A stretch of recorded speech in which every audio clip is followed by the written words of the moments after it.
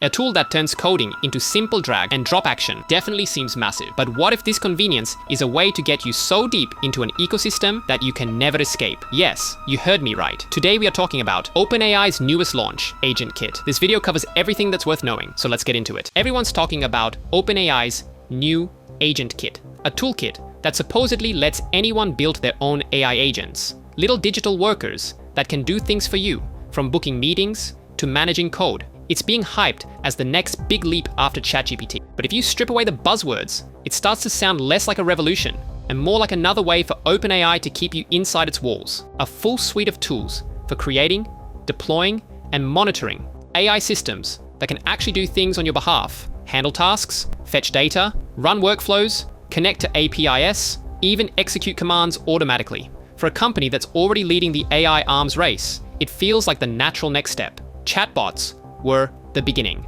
Agents are the future. The pitch is simple. You can finally build your own AI workers without needing to piece together Frankenstein setup of APIs and libraries. Everything's in one place, OpenAI's place. Agentkit combines several tools developers have been asking for. A visual builder so you can design workflows without writing massive scripts. ChatKit, a way to embed AI chat experiences directly into your product. A connector registry so your agents can plug into other apps like Notion or Gmail, and even evaluation dashboards, so you can monitor performance and spot when your AI goes off the rails. It's neat, elegant, and integrated. Exactly what developers love, but that's also where the problem begins. Because the more you look at it, the more it feels like Agentkit isn't about helping developers build faster. It's about making sure they never build anywhere else. Everything inside Agentkit runs on OpenAI's ecosystem. Every connector, every tool, every model call, every monitoring dashboard, the logic that powers your agents lives entirely on their servers. So yes,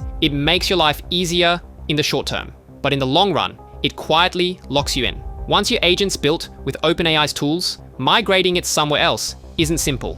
It's almost impossible. This isn't new, of course. Every tech giant plays this game. Apple does it with the App Store. Google does it with its cloud services. Amazon does it with AWS. The goal is always the same. Build a system so convenient that you'll trade freedom for comfort without even realizing it. And that's what Agentkit really is, a convenience trap. For big companies, sure, this might be amazing. Enterprises that already run on OpenAI infrastructure can use Agentkit to streamline how they deploy AI agents across thousands of users. They'll get safety tools, traceability, version control, everything they need to scale AI reliably. But for the majority of people, solo developers, indie startups, experimenters, this isn't a revolution, it's a walled garden with a welcome sign. If you're someone who just wants to experiment with AI automation, maybe you want to build an assistant that summarizes articles, organizes research, or automates your email, you can already do that using open frameworks like LangChain, Crew AI, or Floweyes. LangChain gives you building blocks for chaining AI tasks.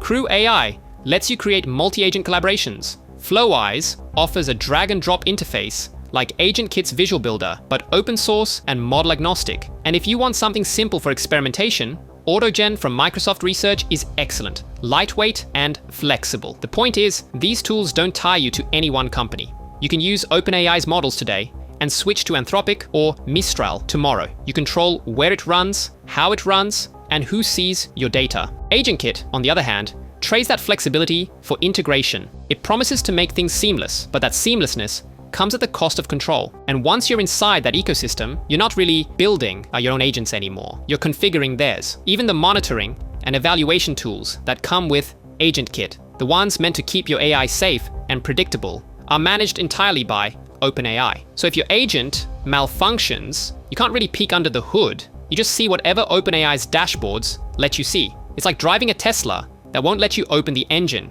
What's even more revealing is how OpenAI framed this launch. The company says Agentkit's goal is to help developers build and ship agents faster. On OpenAI, that last phrase, on OpenAI, says everything, because this isn't about open innovation, it's about building dependency. If you've been following OpenAI's strategy lately, you can see the pattern. ChatGPT was step 1, get everyone using their model. The Responses API and Agents SDK was step 2, get developers building with it. Now Agentkit is step 3, get developers stuck inside it. And that's where the skepticism comes in. Yes, Agentkit is powerful. Yes, it simplifies complex workflows, but it's also a subtle expansion of control. It ensures that when the next wave of AI applications, the agent wave, takes off, OpenAI is at the center of it. And that should worry anyone who values open innovation. Imagine if every agent you build, every connector you use, every workflow you design, all depend on one company's API pricing, moderation policies, and uptime. Imagine you've built an entire startup on this ecosystem, and OpenAI suddenly changes its terms, limits usage, or reprioritizes enterprise customers. What happens then? That's not paranoia, that's precedent. We've seen it before, with Twitter's API, with Google's ecosystem, with Facebook's algorithmic throttling. When a company owns the rails, everyone else becomes a passenger, and that's the danger here. Agentkit isn't just a developer toolkit,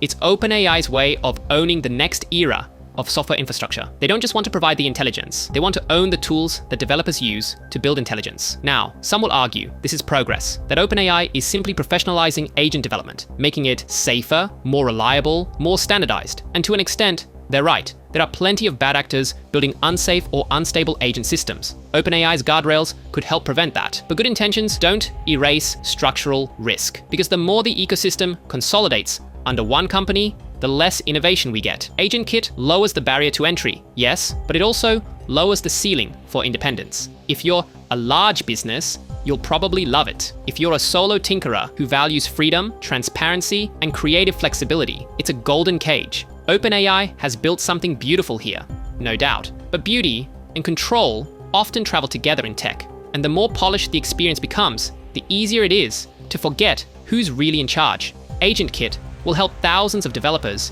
build faster, but it'll also help OpenAI make sure those developers never build without them again. Because at the end of the day, this isn't just about giving you better tools, it's about giving OpenAI something far more valuable: ownership of your attention, your data, your development, and eventually, your dependency.